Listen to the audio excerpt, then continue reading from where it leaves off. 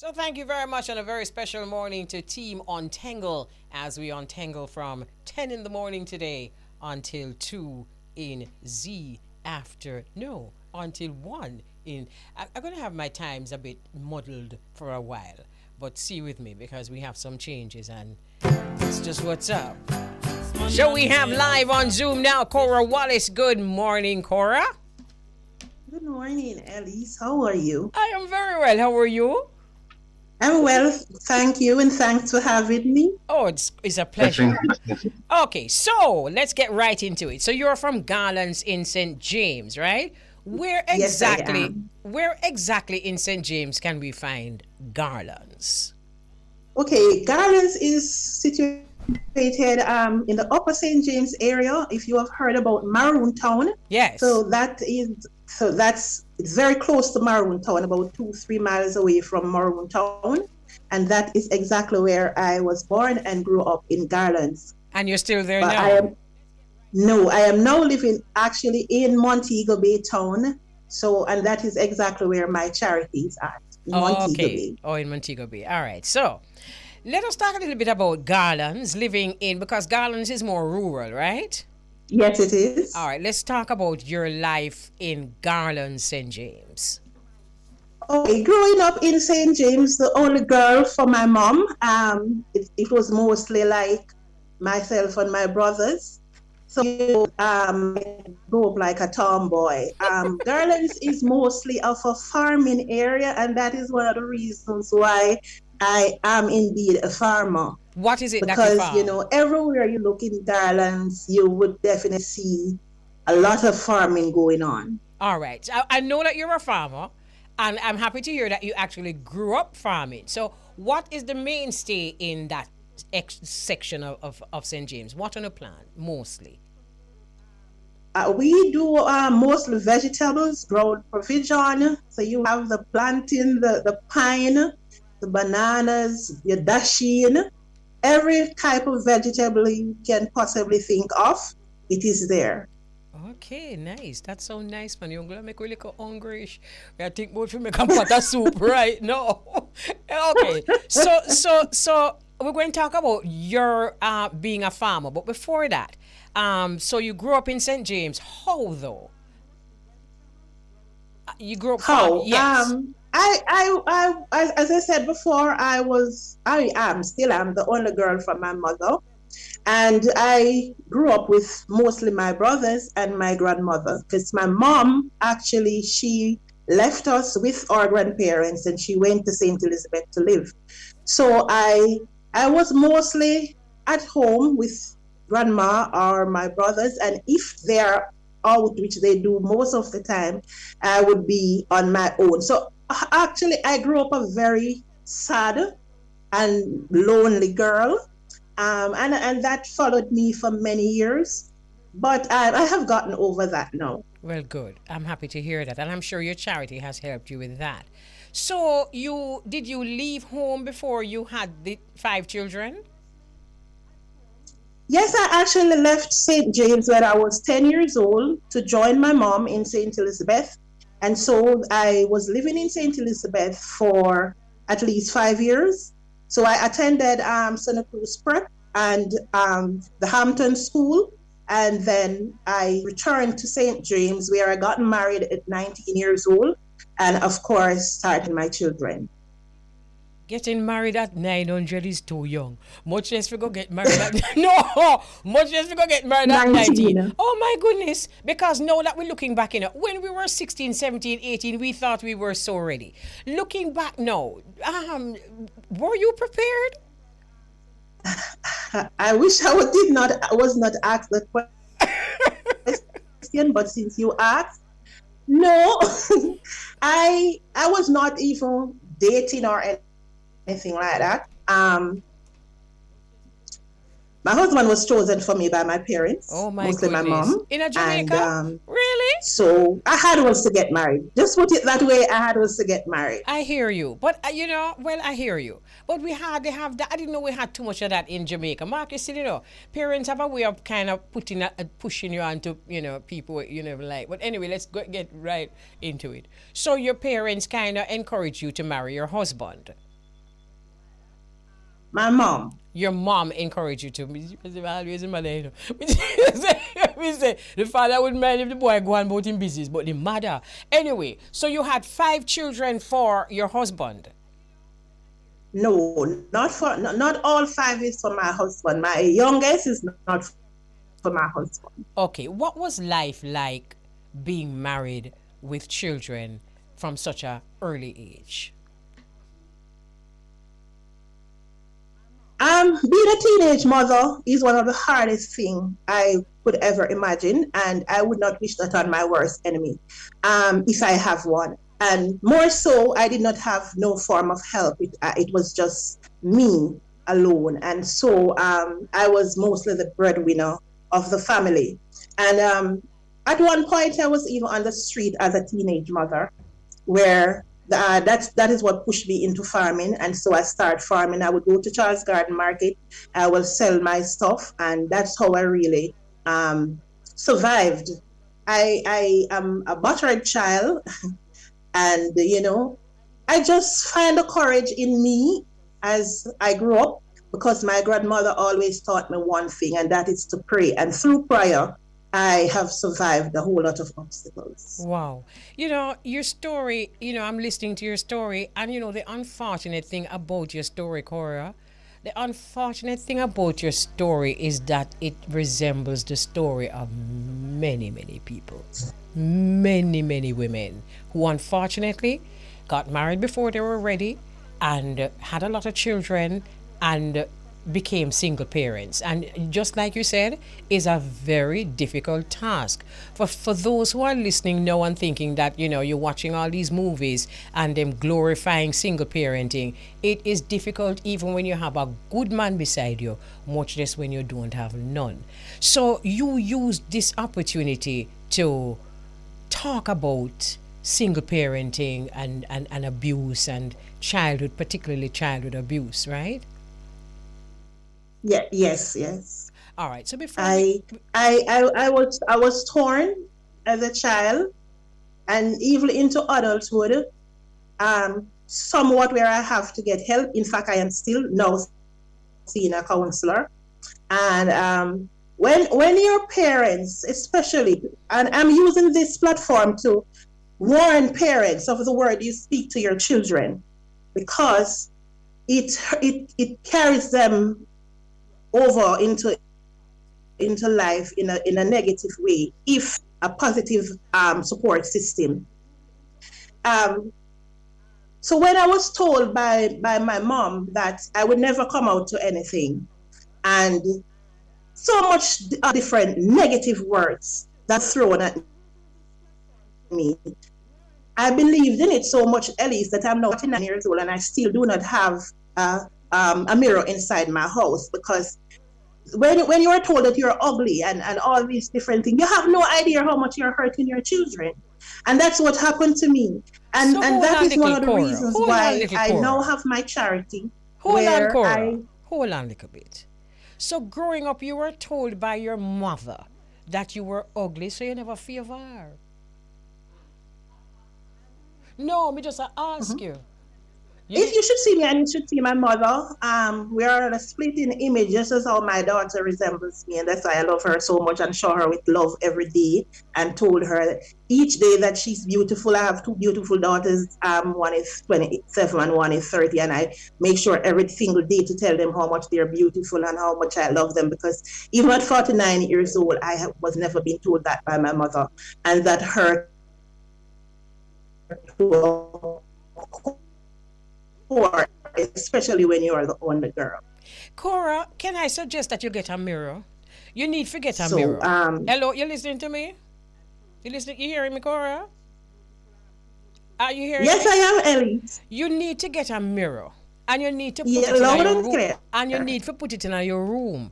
And when you put Yes, the I mirror am. in your room, you're going to say you don't look nowhere near 49. You look much better than 49. You're a good looking woman. And probably your mother was too. But you know the danger, Cora? Probably your mother was also abused. And it is good that you're breaking the cycle. Thank you, Elise. So you're going to get the mirror, right? Yes, I Actually, I have a plan. I have spoken to my counselor, and I'm actually planning and asking him to follow me to go and buy myself a wardrobe for the Christmas, and I want him to encourage me over the past year, not to give up on life. And also, my sister-in-law, she lives in Canada. Her name is Verona Watson Wallace. She have been the force behind me. My boss, Mr. and Mrs. Green, who have never really gave up on me at no point in time. My Good. co-worker, Mr. Marshall, Good.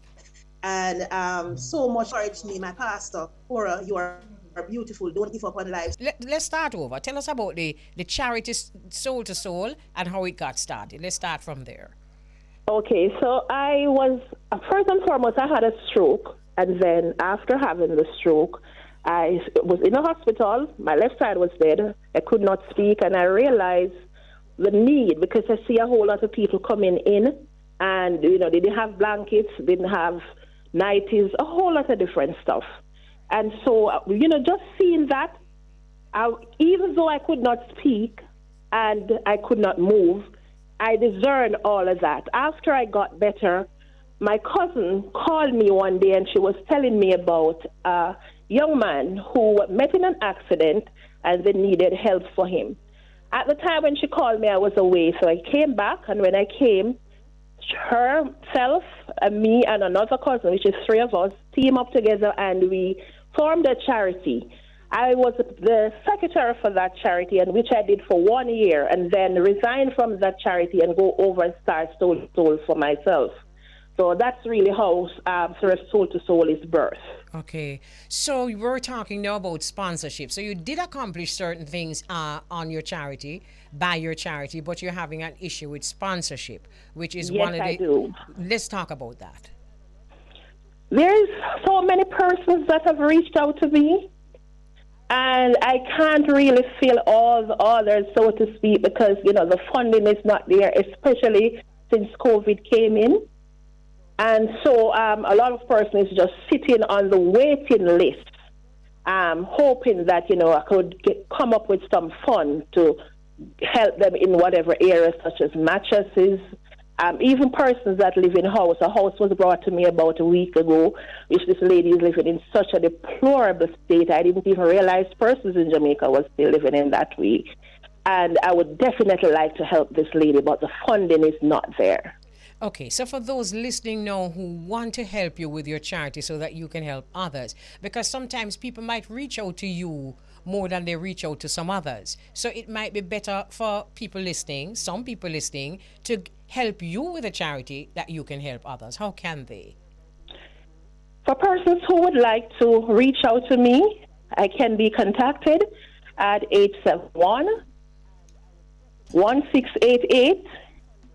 791-8570. I can be reached on LinkedIn at Cora Wallace, and by Facebook at Cora V. Wallace. Or you can inbox the charity page, which is all capital Soul to Soul. And I can also be reached on IG at Cora V. Wallace or Soul to Soul .43. Or I can also be reached at kayw.all and IG as well. Thanks for the information. The only problem, Cora, is that perhaps you're going to get more calls or contacts from people who need help more than from the people who can actually help. But you see, the thing about that, Elise, if I can help one person, yes, I would have a good night's sleep. Yes, I hear you. For me, it's not the amount of people who I help. It's the persons that are in need and really, really need something. And then at the end of the day, I know that this lady can feed her children, can send her children to school. The school fee is being paid. And at the end of the day, when I lay in my bed, and I know that I accomplished that, even one person, that's what makes me happy. Bless you for that. And bless the others who are doing the very same thing. Because, when you have a country or when you're leading a country of people who have so many wants, if I were these leaders, it would Well, these leaders probably sleep very fine at night. But then if I were one of them, it would really be a problem because it would reflect on me. But Yeah, that's true. yeah, but bless people like you and others. We're going to close off with this though, because your story has been very touching. And it's a story of parenting, it's a story of abuse.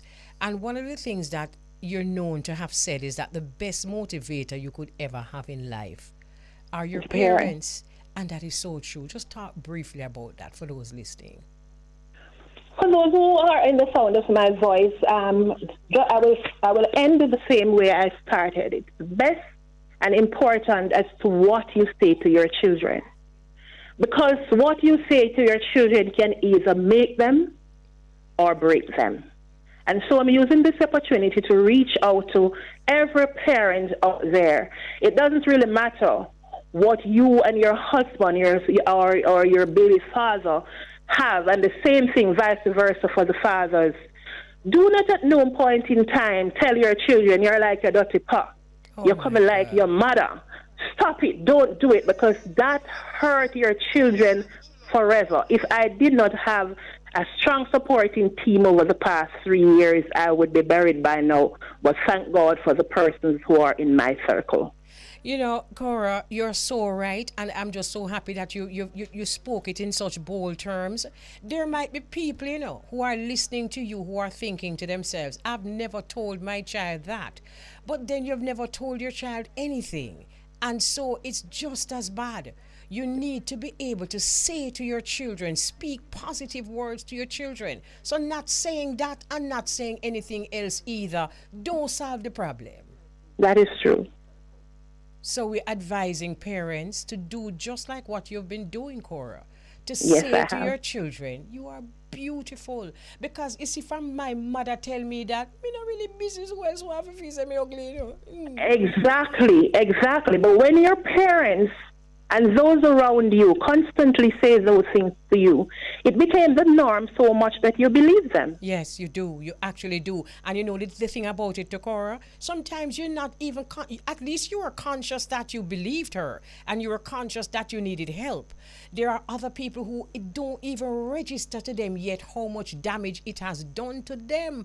And But you see, the thing is, at first I did not even realize that I believed her, Elise. yes, I was just living. yes. It's just like when stuff start happening to me, and I remember, oh, sure, she did say you're not going to come to anything. Oh my goodness. She did say, like when persons, I can remember vividly in high school when they would call me Big Head, the nerd.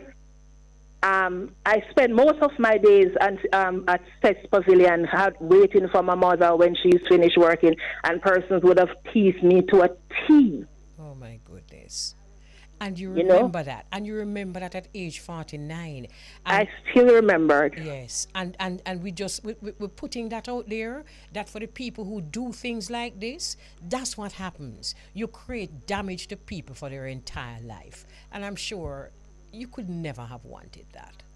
No, not at all. Thank It, you so it, it, much. it damaged you, even your relationship. I could not love my husband even though my husband loved me. I had was to walk out of the house. I treated that man like dirt, which he did not deserve. So people, please, be careful of the things you say to your children. As I said, it can either harm them or break them. Thank you. Thank you, Cora, and thanks for being so honest. Thanks for being so outspoken, and all the best on your charity, Soul to Soul. And if anyone listening can be a supportive sponsor, please help Cora and others too with their charity work. Bless you, Thank my you so sister. much for having me, Ellie. You're most welcome. And remember, looking at the mirror, and remember me tell you, say you don't look nowhere near 49. You look I good. sure will. All right, my sister. Bless you. All Okay, right? bye. Bless. Okay. Wow. The things that we go through, and unfortunately, sometimes the things that we go through by people who are supposed to be our caregivers, it's amazing. But just remember, I tell you, there are some parents who would never tell their children that. But those same parents never tell their children how beautiful they are. So it's 6 of one, half dozen of the other one. So we're going to take a break. So we want to bless you up. Good afternoon and greetings, Pressure. How you doing? More blessings. I got you. I got you loud and clear. Where are Yeah, you? man. Apart from the fact that you're in your vehicle, where is the vehicle? Which part of the which part of the world St. you in? Thomas. Oh, you're in St. Thomas. Virgin Islands. Yeah. Oh, so you're Yes, home. I. Yes. Okay, wonderful. Good to catch you home. That means that we catch you nice and relaxed and ready for reason. Yeah. No. All You right. know that. Yes, I. Nice. All right. So we're going to start from the very top. Although say we do our little interview with them all the while, and I might know a few things, but this is the bridge, and we want to let the listeners here on this program know a little bit more about Pressure for those who don't know. So you heard Pressure just say that he's in St. Thomas, Virgin Islands. So that's where you were born. Let's talk about that first. Yeah, born and raised St. Thomas, Virgin Islands. Um, Started playing music from a very young age, you know what I mean? Started playing the trumpet, from the age of 6, 7 years old. Then around 11 years old, I learned to play the steel pan, which is a cultural instrument in the islands. So I learned to play that at the age of 11, and then soon after learned to play the drums, where I was really focusing on being a drummer in my early age. You know what I mean? So music is something that always surround my life as a youth. My father was a drummer. I have many other drummers in my family as well. So I came from a musical family um, in the Virgin Islands, going through the concert band, playing jazz band, playing in a steel pan orchestra, even singing in choir from time to time as a Okay. youth. A lot of probably the younger generation, or probably not, probably they know what the steel pan music sounds like. But like for my generation, we know exactly what the steel pan music sounds like. So your dad was Yes. also a musician. Let us talk a little bit about your dad. You just said he played the drums, right? Playing the drums. My dad was also, he was a local calypsonian, but drumming was his main focus at the same time. He played for a band called Milo and the Kings. They were very popular in the islands back in the days, and he's traveled the world playing reggae music. I mean, calypso music as well. He's lived in Miami for I think about 10 years playing calypso music, playing in the hotels and stuff like that. And then later on, he became someone like yourself, a radio disc jockey. You know what I mean? So he was on the radio for over 40, 50 years as well. Really? So I came, yeah, man, I didn't know yeah. that. So yeah, man. So my father always was a part of music. If it wasn't him playing music, himself playing the drums, he was actually on the radio station. Even through the hurricanes, my father was there with the people, helping the people through the radio station from the early years, and stuff like that. Okay, wonderful.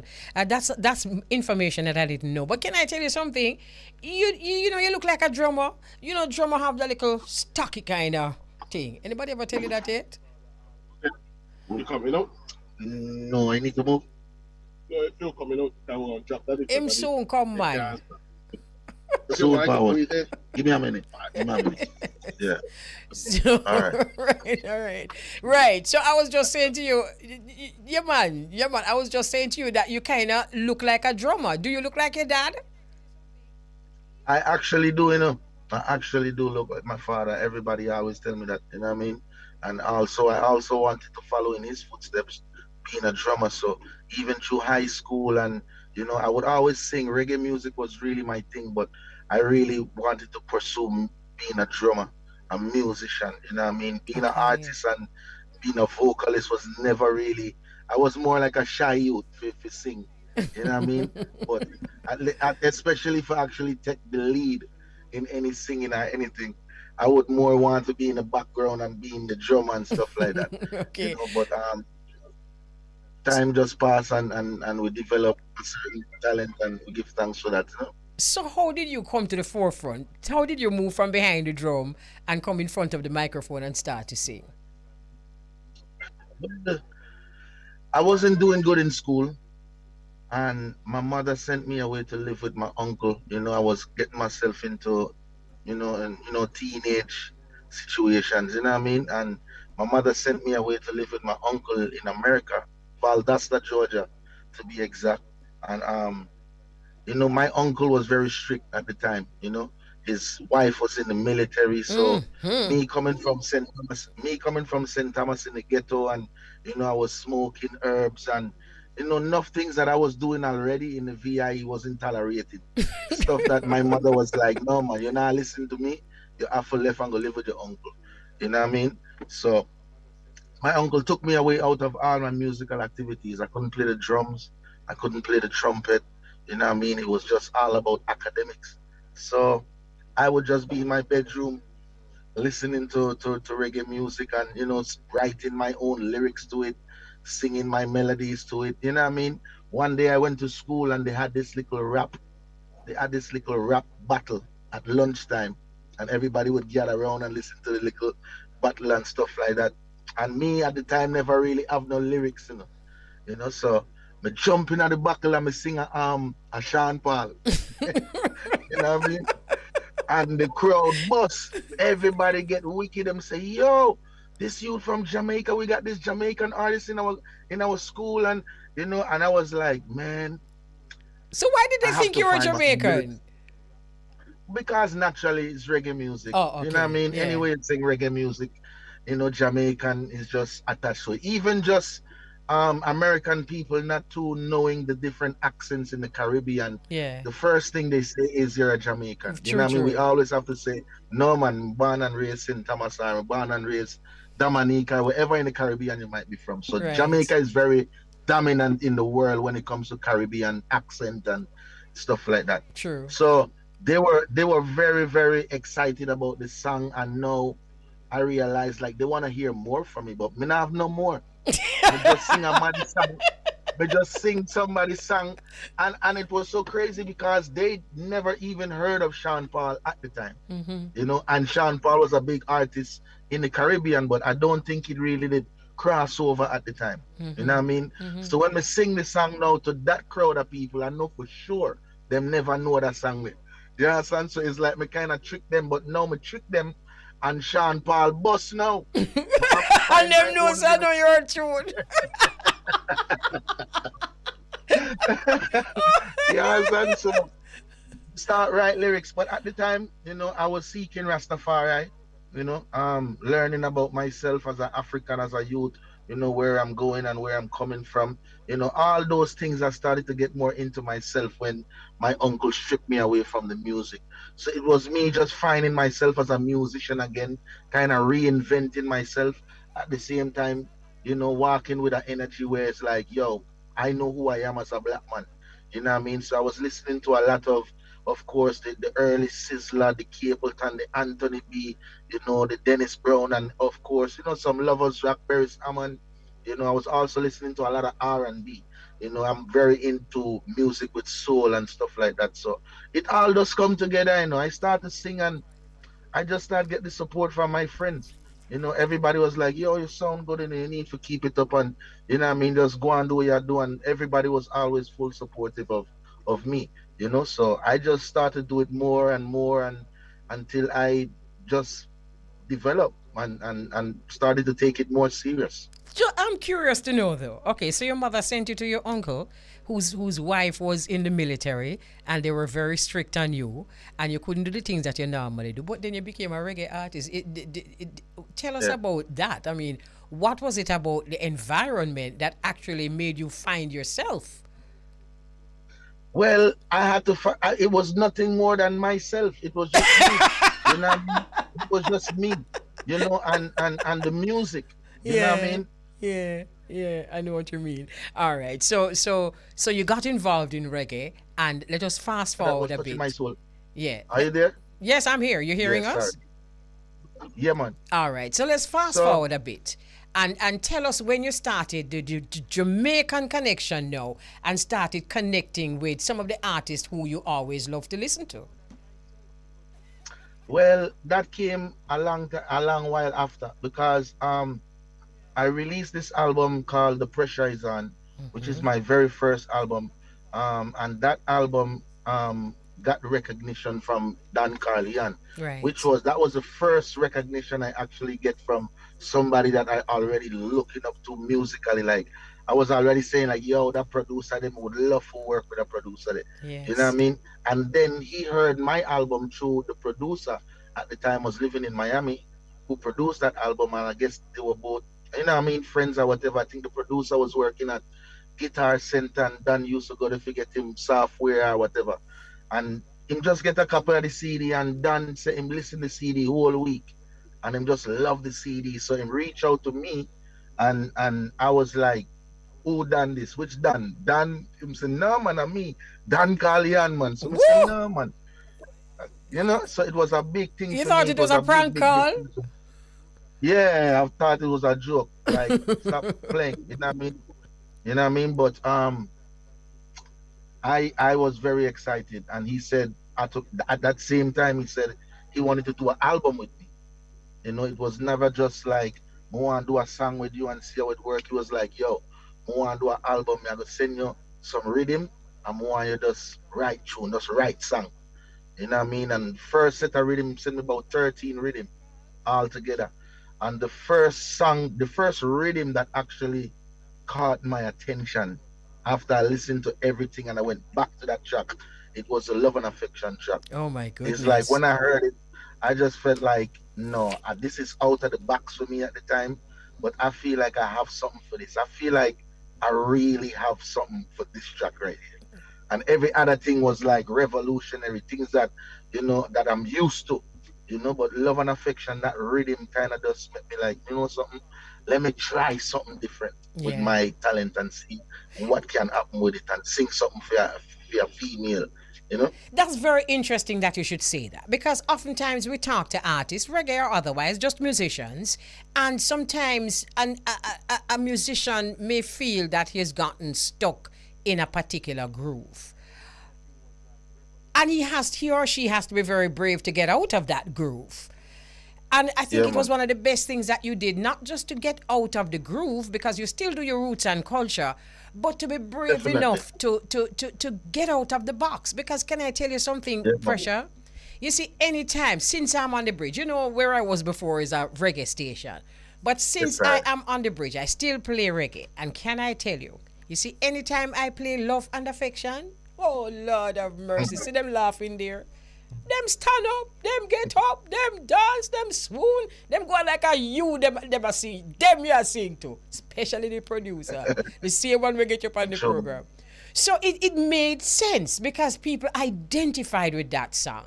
What did that That's right. song do for you? Well, it's still that song that helps me to travel around the world. You know what I mean? It's that song that people hold close to their heart. Like, yo, pressure this. When you think about pressure, you think about love and affection. You know what I mean? Absolutely. And it's a blessing also. It's a real blessing and it's a curse too because I have enough song, that Mama Elise, and you know what I mean? But love and affection is just that song like it's like, yo, you will never top love and affection. It's like you always you I know know, what I mean? I know Like, exactly what you mean. Because sometimes they like a selector if you say, yeah man, me know you love it, but me have that tune here too, listen it. yeah, yeah. So it's like it's out there so much, and people have it like, yo, no man, pressure can't go around this one. It's like enough of the song that I really put my heart into as well. It's like I say, all right, that's good too, but love and affection, man. Stop going where you're going with. Love and affection. That good too. You know what I mean? Yeah. All right, so we're going to take a break. We're going to take a commercial break, and then when we come forward, we're going to talk about other songs that I particularly love, and the collaborations that you've done with other artists. There's a collaboration that I don't have hands to play here, in Jamaica, and that's the collaboration Lion is a Lion. We're going to talk about that little more.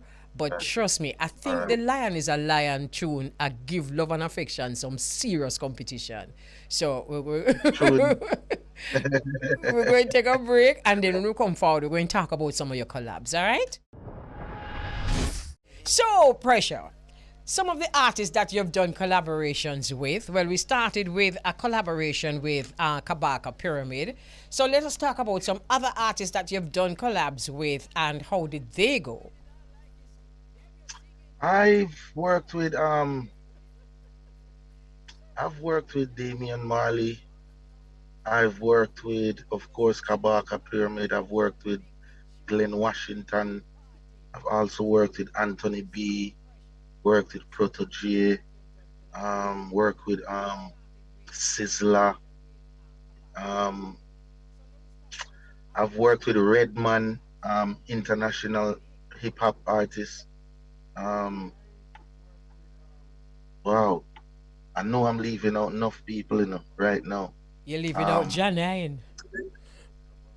yeah, I've worked with John Hines, no, uh, Alain. I've worked with Munga. I've worked with Dexter Dap. I Yeah. never even sit down and think the amount of artists I work with. I know what you mean. Never really. You're I just know it's I know working. it's so much more. Yeah, yeah, definitely. And young artists and upcoming artists as well. Fats from out of New York. Mm, All right, yeah. don't bust your brain too much. Can you remember say pressure bust pipe, All right, but you're just saying a while ago that it's like you just can't pass love and affection, and it's true because I just teased them a while ago with love and affection. All the Untangle staff get up and start for dance, and then one of my sister and them say pull up, pull up. It's like all when you talk, she they on pull up, pull up. So that's what happens when you do a tune like that. It's like you're a True, man, slave to true. that tune. So all right, so those are some of the collabs. How did you get this name Pressure? Okay, so Pressure. I got the name Pressure. I gave myself the name Pressure in a Okay. time when I was going through enough pressure. At the time, I was living when I left from living with my uncle now because I started to do good in school, Good. and so I begging my mother to bring me back to the Virgin Islands to finish school because I would really like to graduate at everybody my alma mater. Like, this is the high school everybody graduate from. So me really want to graduate from the school in America. So now things academically getting better for me, and me say me I beg my mother regular for just send me home, and you know what I mean. So she did just that. I came back to the Virgin Islands. Of course, now me is an artist. I'm singing. I'm not even drumming anymore. So now I'm already reintroducing myself to my friends, and them love it. And I'm linking up with other artists who've been doing it before me in the school.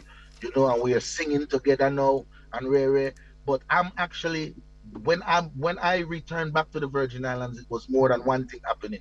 My mother and my father separated you know. So now my it's like it kind of mash up the family structure.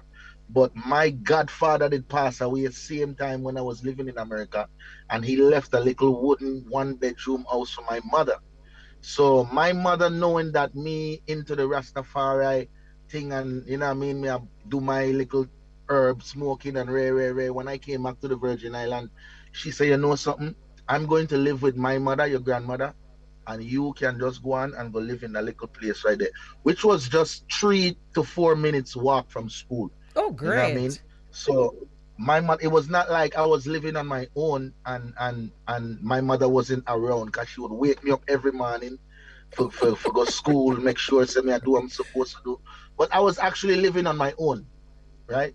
But And she was supervised. really, yeah, and she was, you know what I mean, she would help provide, but at the same time, she was leaving it up to me to actually be a man.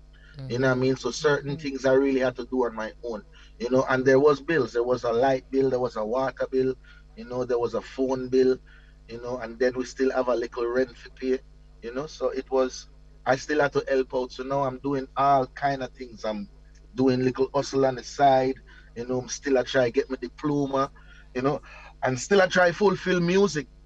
So one day, one of them day they were just like Jano. And I just like, I supposed to call myself pressure, because it's be pressure to deal with. Everywhere I go, it's just pressure. I have pressure in this. Me I deal with pressure. It just call me pressure, man. Just And call it me was pressure kind of and like, done. what I mean? Just call me pressure and done, man. And it stick. It stick. Like I just mention it around my friend them and it just stick. And the man them say, yo, pressure, that ain't too bad, So everybody just start to call me pressure, you know. So one time, being I was very fiery and um Me not take no talk and just really into a real fiery spirit into Rastafari and thing, and me a burn out whole heap of things. And one time this elderly woman, she came to me and she was like, "Who you? You look familiar." And I said, "Pressure." And she said, "No man, that's not what your mother name you, man." And I said, "Well, my name is Pressure. You can't me not have none other name but Pressure. You see me?" And she said, "You see you, Pressure bus pipe." Is the And lady says her? yes, and she turned to Okay. me and she said, "You see you, Pressure bus pipe."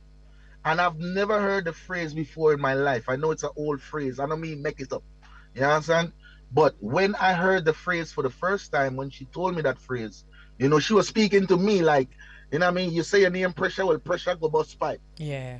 You Yeah. understand? Yeah. I me just use the phrase in my music. Me start ringing in my head. I me just start use the phrase in music, and then next thing you know, people start calling me bus pipe. Them start calling me Pressure bus pipe, and I just inherit the whole Pressure bus pipe over time. Yes. And can I tell you something? We had heard the phrase pressure bust pipe before. But then when you came on the scene, especially after Don Corleone, that's how most Jamaicans kind of got into who you were. And that name, Right. that pressure bust pipe, something there, that was what we really loved. Because I'm under the say, you're Yes. what the man say, pressure bust pipe. So it's like we That's a immediately, there was a true, man, connection. true, Yeah. true, man. True, Absolutely. man, true, true. Right. All right. So we can't do an interview. It's the first I've ever asked you how you got your name Pressure. With all of the interviews I've done, I've never heard For this. real? I've never heard this story before.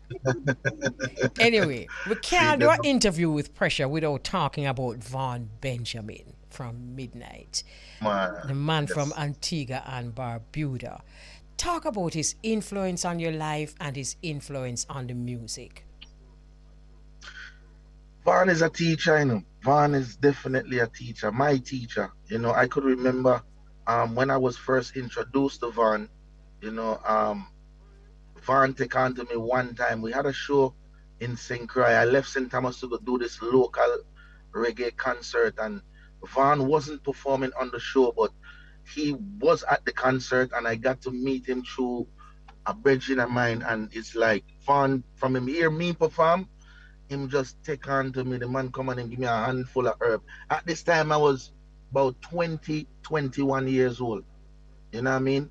And it's like every time I travel to St. Croix, Vaughn would always make sure him look out for me till he was the only person I was going to St. Croix to see.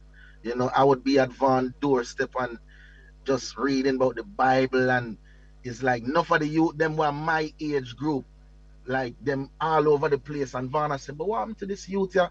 It's like him always I come round me all the while. You know what I mean? Him always dip on my doorstep.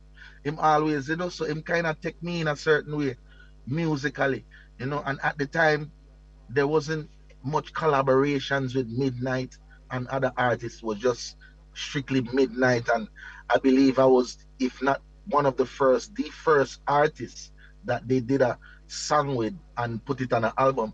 You know what I mean? So it used to make enough of the artists them kind of Jealous. jealous with me. You know what I mean? Yeah, 'cause oh, we know Van and we grow with Van in St. Croix, and this boy are from St. Thomas just come and have song with Van, and Van sing a song with we, and them things go. So it was like it really showed me how much Van did see something in me. You know what I Yes. mean? And Yes. he was an angel. Me not tell you no lie. He was something Absolutely. very, very special Very to the special. world. Like real, real gift to the world is like Van don't left out the teachings, even in the smallest thing, smallest reasonment. Him always have something to teach you in the reasonment. And he's a joyful brother. Cause you know how the world might see like Van might be this youth and him always serious and Yes. him no Yes. joke. When Van a joke around, you laugh till you weak, You know what I mean? Like him love joke and love laugh, and you know what I mean? Even at serious things the man laugh. The man just like you see pressure, me never tell you that. See how me have to laugh now. See me tell you no. Yeah, I just saw him stay. That But must have been very, very quite an intelligent. experience. Because just You know like what I that, mean? because Vaughn Benjamin is Vaughn Benjamin, and as you say, is an angel in the earth, and he had so much wisdom. I'm sure you learned Yeah, more than just music, but conversations must have been off the of chain. course. Of course. Vaughn even there were times when I haven't seen or spoken to Van for maybe 5, 6 months. He's on the road, and he's a youth never really have cell phone and things. So it's like you have to wait till he reach back to St. Croix to actually talk to him. You know what I mean? But when I start take off with love and affection, and and me and Van start link up again, Van was always proud. He was like, yo, I'm very, very proud of you. Very, Mm-hmm. very proud of you. So when I record music, I always have Van in my events, It's like when me I write song, I always I say Van I go hear it, and I want him for proud of me. Yeah. Me no want him to hear me I sing no slackness. Me no want it's like he was my guiding angel at the time. Yes. Yes. Like if me hear pressure sing anything me disappointed. Anything crazy me disappointed. And he's the last man me want disappoint because I should know better. Yes. You know what I mean? Wow. Pressure. I know you there on my doorstep all the while. I know them, Nice. you should know better than that, So it's always in my heavens. Why am I gonna say when him hear this song? All when me start do some songs and have fun with it, I'm gonna say, wait. When me see Van, him I gonna say something about that thing, and him see him say, yo, pressure, you are going good, Me Nice. not hear nothing wrong with you, do. You are going good, man. Do your thing, man. A listener just sent this one and it says, I didn't see the other part. The listener says, Blessed Love Queen Mama, nice vibes with pressure. I would like to ask why no collab with him at midnight from the Virgin Islands, and then afterwards input, that answered the question. So I guess you answered the question. Yes. Yeah, man. Yeah, me and Van have at least 6 or 7 collaborations from midnight albums to Aki Becker albums. Me and him would always connect musically. He's on my albums, at least 2 of my albums, Van is on. So, yeah, he's somebody I always connect with musically. You know what I mean? Okay. Sometimes we just in a studio and Van is like, I hear a tune, at your time to start this song in a pressure. Me start the last song, you are going to start this one, yeah. Nice. You know?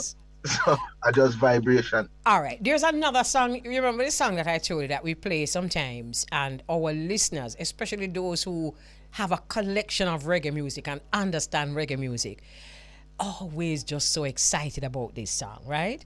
And I think this one giving love and affection some serious competition. So I'm going to play the tune, and then we're going to talk about, how the tune come about.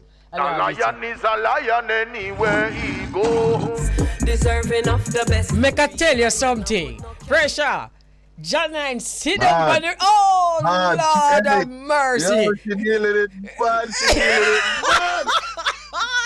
Me say, you know what me love, and all of my sister in them. You see, my sister in them sit down patiently and wait for Janine. Because a 2 lion she sit down with man. A 2 serious lion, Yo, I'm want to tell you the honest truth, me never hear Janine like that, Never. When me hear the Janine get the record, I'ma say, all right, Janine get it, all right, cool. Let me see what Janine Janine, crush it, crush it. When me hear it, me say, no, this is the bad. And the baddest verse. Me tell Go you. around it, No, the baddest verse. look here. Me tell you the truth, Me love all of the verse them. But you see, because Yeah, Janine man, is bad. a lioness amongst 2 serious Yeah, lions. man. I don't know, joke Yeah, lion man. she sit Yeah, down man, with, that's it. No, man. She stand up, man. She stand up different, mad. Different. What inspired this song? Because, the lyrics of the song, everyone come in with the kind of lyrics you don't really hear all the while. What inspired this song? It's on your album, right? It's on an album, the album. Yeah. Yeah, the album there, Pressure. I think it's on the album Rebel with a Cause. That's the one. That's the one, yes. Yeah, Right. it's on the album, yeah, man.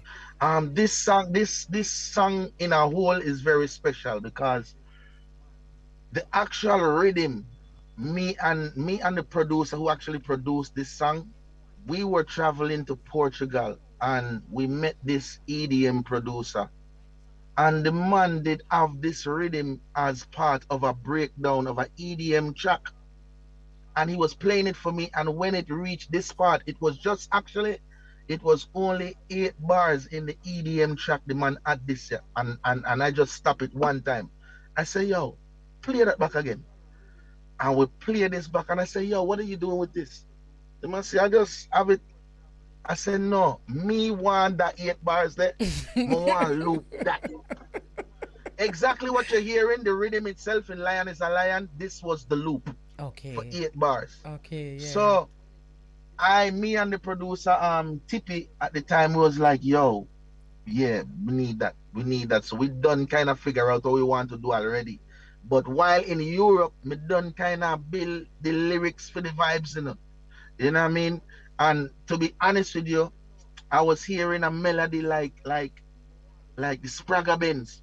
When me hear the rhythm, it's like me I hear the Spragga Benz. From me was a tiny tot, the girl them find me at. Big tune. So me like that style. Yeah. So me like that style. I wanted that style would work on this. Yeah. I was a Rasta man. The man we take the plan. The man we touch the street and love and bless the people. You know what I mean? I got so you. I say, all right, good.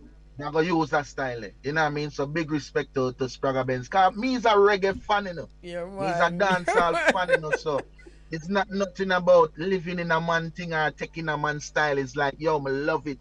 I'm grateful and me know say, yeah, I'm an artist same way. So I'm totally a reggae fan first and foremost. Like the whole of the artists them from Jamaica is like an inspiration to me because I come from a little island where reggae music is not dominant, none at all. You know, if Spragga were to hear you say that, I can just see Spragga grinning from ear to ear if he heard you say that that's the inspiration of this big tune. So him know that the other day me and him have a show in Virginia and me tell him about it before me even sing it and when the bust the tune, him say, him go hard when him hear me bust the tune. So it's a good vibes. Him know what going already, man. Okay, I love that. All right, we're running out of time. So before we actually, and our listeners have a lot to say. This one say keep the pressure pumping. All right, so what you working on now? What you been doing? Well, let me tell you the honest truth. From the year 2022 start, I haven't been really musical. I just opened a juice bar and a smoke shop in St. Thomas, US Virgin Islands. I've been working on that from January, and we just opened 2 months ago. You know, so that has been my main focus for the year. I basically gave music a break for the beginning of the year, most of the year, to get some other income. You know what I mean? Yes. So we don't have to worry about because the pandemic time was very hard. Yes. You know what I mean? Even though we still survived the pandemic and we're still there, me no lose my house, me no lose my car, them nothing, me still surviving. Me still see where I needed more income. I needed to have more things happening for myself as an artist. Yes. And as a human being to me have youth. You know what I mean? That's right. The need for have these things as you know what I mean. So I took that time off to just basically get another business open up. Right now it's open. It's the Pressure Spot. You come into the Virgin Islands, make sure you come to the Pressure Spot in St. Thomas. It's a vegan juice bar, smoke shop as well. We have everything as far as your grinders, your papers, your everything. They're getting ready to legalize marijuana in the US Virgin Islands. So right now, me they are ahead of them. You know, I am so happy that I asked you what you're doing now. And it's a wise thing to do. And I hope what you just said a while ago inspires other artists. And COVID brought many things, you know. It wasn't just disaster. COVID brought a new mindset, a lot of differences. Exactly. Yeah, man. Exactly. Yeah, man. So I am so happy to hear you're doing that because just like you say, sometimes you have to boost your income one way or the other. Yeah, for real. Nice talking to you. Wonderful talking to you. And you know, since the last time we spoke, I didn't get a chance to ask you how you get your name. So I know. And I've always wanted to ask you about the tune with Janine. When she says she lioness, she no catty around here. Yeah, big line. I want to tell you the biggest line. Yes. Real lion, but no catty before the lioness. Are the biggest line.